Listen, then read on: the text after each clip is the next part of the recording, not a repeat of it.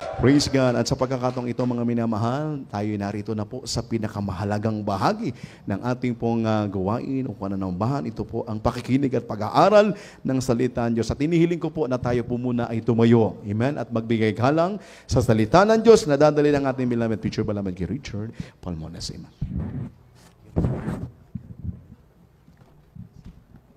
Amen. Praise the Lord. God bless you, beloved co-workers, Brother Serge Espinosa. Tayo po'y manalangin, mga minamahal.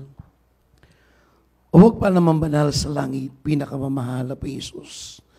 Maraming salamat po, manapin sa aming tao sa pusong inalay, na papurit, pagsamba, pagwawalati sa iyong pangalan. Sa iyong kabutihan ay pinakita mo sa amin, mahal na Pinoon. Maraming salamat po sa paglangis bawat yugto na iyong banalagawain, sa mga papuring awitin, sa mga joyful song, solemn song, mahal na Pinoon, sa mga patutuo ng aming mga kapatiran, sa mga himalat milagro na may saksiyan, mahal na Pinoon, sa mga awitin na makalagit ng kuwari, pinalaman banal na presensya, kayo po nag-comfort sa bawat sa amin. Sa lahat ng tapat na nagbibigay, patuloy po silang pinagpapalang na ginagamit sa iyong banalagawain at higit sa lahat, mahal na Pinoon, sa aming pag-aaral ng salita na pagkain ng Espiritu, lagi sa iyong banglingkod, ganang akin, wala ako magagawa sa ilong umasa nagtitiwala. Humingi po ko ng habag, patnubay gabay, patawarin mong bawat sa aming ibang lingkod, pagpalain mo kaming lahat, mahal na Pinoon. Sa unang panalangin, pagluhod po ng aming ginagali Evangelista Wildista Dalbeda, sa pangalan ng Jesus, lahat ng gawa ng kaaway at lang alinlangan, sa pangalan ng Jesus, kasaw, in Jesus' name. Hallelujah, hallelujah, praise the Lord. Purihin ng Diyos, mga minamahal. Una po sa lahat, ang pinakamataas na papurit, pagsamba, pagwalati sa ating pong pinakamamahal na Panginoong Jesus. At pinapaabot ko rin po ang aking dobleng paggalang, pagrespeto po sa ating pong ginagaling Evangelista Wildy Estradalveda, at pinapaabot ko rin po ang aking pagbati po sa lahat po ng mga beloved children at gayon din po sa lahat ng mga beloved Almeda family sa magininto ang alaalang turo ng ating pong beloved isang pastor Lina C. Almeda, ting beloved Mamadir.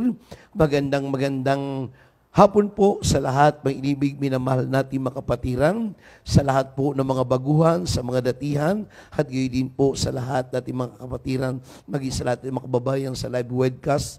Dito po sa dako ng Baguio City, pagpalain po kayo ng ating mahal na Pinoon, at mabati rin po ko sa lahat ng mga napabilang na mga awit, sa lahat po na napabilang ng mga manunugtog, maging sa lahat at mga beloved co-workers, at mga beloved co-workers Philippines, sa lahat na ito, maging po sa lahat ng mga beloved Marshall, maging sa lahat ng security group, at muli, ang pinakamataas na papurit, pagsamba, pagwalati sa ating pinakamamahal na Panginoong Jesus.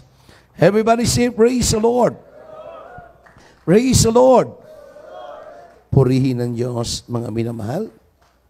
Napakaganda nating sounds. Amen? Glory to God lang sa ating technician. Ay kahapon talagang sakal na sakal yung aking boses sa dako ng San Jose Nubaysia. Senyas ako lang senyas, pero hindi nakukuha yung aking gusto sa aking maganda ang sound sa crowd, pero pagdating sa pulpito, payat at sakal. Amen. Pero dito talagang maganda. Glory to God. Everybody say, praise the Lord. Purihin ng Diyos, mga minamahal. At tayo po, mga minamahal, ay dadako po sa ating pag-aaral ng salita ng ating mahal na Pinoon. Ang sabi nga dito, kanilang po, beloved Brother Mario Galvez, Senior, pakibasa po itong ating pamugad na talata. Dito po sa Bilang, Kapitulo 6, versikulo 25, at dito sa supporting verse, dito po tayo sa awit 147, verse 11. Pakibasa po. Dito sa aklat ng Bilang, Kabanata 6:25 at awit 147 ang talatay 11. Yan ito yung sinasabi. Paliwanagin nawa ng Panginoon ang kanyang mukha sa iyo at mahabag sa iyo. Dito sa aklat ng Psalms 147, verse 11, Ang Panginoon ay naliligaya sa kanila na nangatatakot sa Kanya, sa nag-iisiasa sa Kanyang kagandang loob. Amen. Purihin ng Diyos, mga minamahal. Sa ating pag-aaral ng salita ng ating mahal na Panginoon, pamagatan po natin, pasiyahin mo ang Panginoon. Amen. Kaya tayo bilang isang Kristiyano, bilang isang mananampalataya o bilang isang anak ng ating mahal na Panginoon, lahat gagawin natin ang utos, ang kalooban, ang palatuntunan ng ating mahal na Panginoon upang tayo po ay kalugdan, upang tayo po ay kabagan, upang tayo po ay samahan. Gagawin mo dahil yan ay para sa mahal na Panginoon. Amen. Kaya nga sabi nga, pasayahin mo ang Panginoon. Amen. Ano po yung ating gagawin? Kung tayo po ay natutuwa sa mga bagay nating tinatanggap, tayo nasisiyahan. Higit pala sa lahat sa paglilingkod sa Diyos. Amen. Kaya bilang isang anak, bilang isang Kristiyano, bilang isang mananampalataya, alam na natin kung ano ang gagawin ng bawat Kristiyano. Alam na natin kung ano gagawin ng bawat mananampalataya. Mahirap man gagawin mo. Bakit? Ito ay para sa mahal na Panginoon. Ito ay para sa Diyos. Amen. Sa ating mga baguhan, nating mga kapatiran. Bagamat sila ibaguhan, mga minaman. Kung baka sila sabi, baby Christian, baguhan sa gawain. Nababakinggan nila ang mga patutuo. Nababakinggan nila ang mga pasalamat sa lahat ng mga beloved sister, beloved brother, beloved brethren. Kung saan man sila mapadako na sila'y dumadalo, mapakapakinig man sila ng gawain sa ating panambahan. Natutuwa sila. Dahil naalala nila kung sino sila noon at ngayon na pinagpala ni Kristo. Amen. Kaya sa bawat sa atin, bilang isang anak, bilang isang mananampalataya, gagawin mo yun. Bagamat maraming adlang, maraming gawa ng kaaway, maraming ginagamit ng kaaway, ngunit ang nais mo, mapaluguran mo, mapasayahin mo ang ating malapit dahil yan ang kalooban ng utos ng Diyos upang ibigay, ipagkaloob. Ano yun? Yung kailangan mo, iniingi mo, na pag pinagkaloob yan, isang tiyak na bagay, matutuwa ka, masisiyan ka, at ikay magpapasalamat, at iiyak ka saan? Sa kabutihan na ginawa sa atin, sa inyo, sa ating lahat. Amen. Everybody say praise the Lord. Ulitin ko ang basa, mga minaman. Sabi dito sa Bilang, talatang 6:25, paliwanagin nawa ng Panginoon ang kanyang muka sa iyo at mahabag sa iyo. Kung natutuwa tayo sa ating mga anak na gumagawa ng mabuti, lalo na doon, hindi na kailangan i-memorize, hindi na kailangan ulit-ulitin. Pag ginawa yun ng anak mo, anong matanggap natin? Di katuwaan. Amen? Everybody say, praise the Lord. Hindi na kailangan ulitin. Everybody say, praise the Lord. Kaya pag masisipag yung anak, mga minamahal, bawat sambit sa kanyang papa, daddy, hindi na magdalawang isip, bigay kagad. Amen. Lahat ng masisipag na mga anak magsabing, praise the Lord! Dahil masipag. Bakit? Para mapasayahan mo ang iyong magulang. Amen? Kaya pag nasiyaan siya, hindi magdadalawang isip, bubunot at bubunot. Mamay, pa, pingi akong pag-Lord.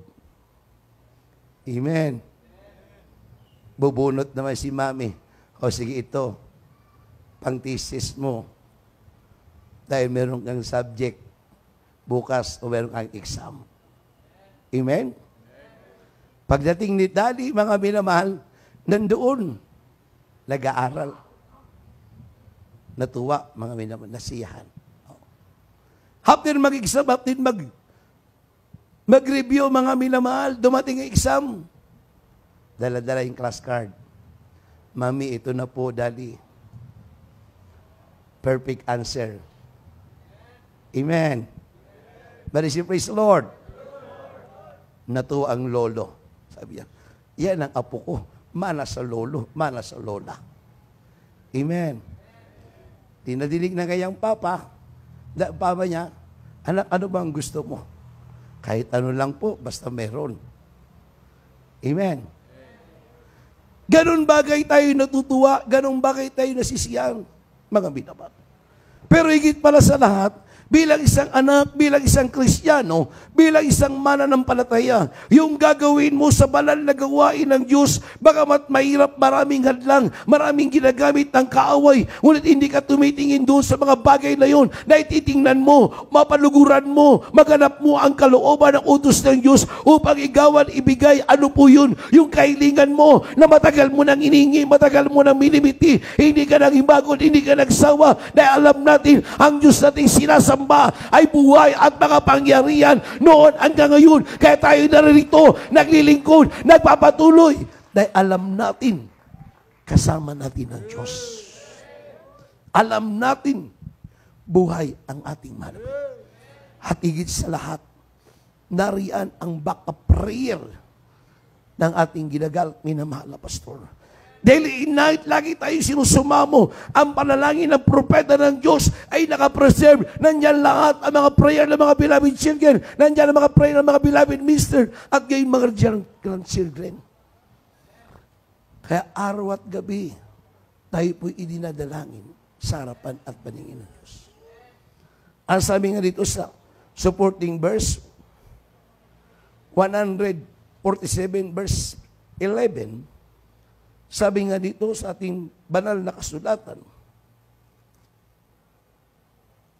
ang Panginoon ay naliligaya sa kanila, natatakot sa Kanya, at nagsisiasa sa Kanyang kagandahang loob.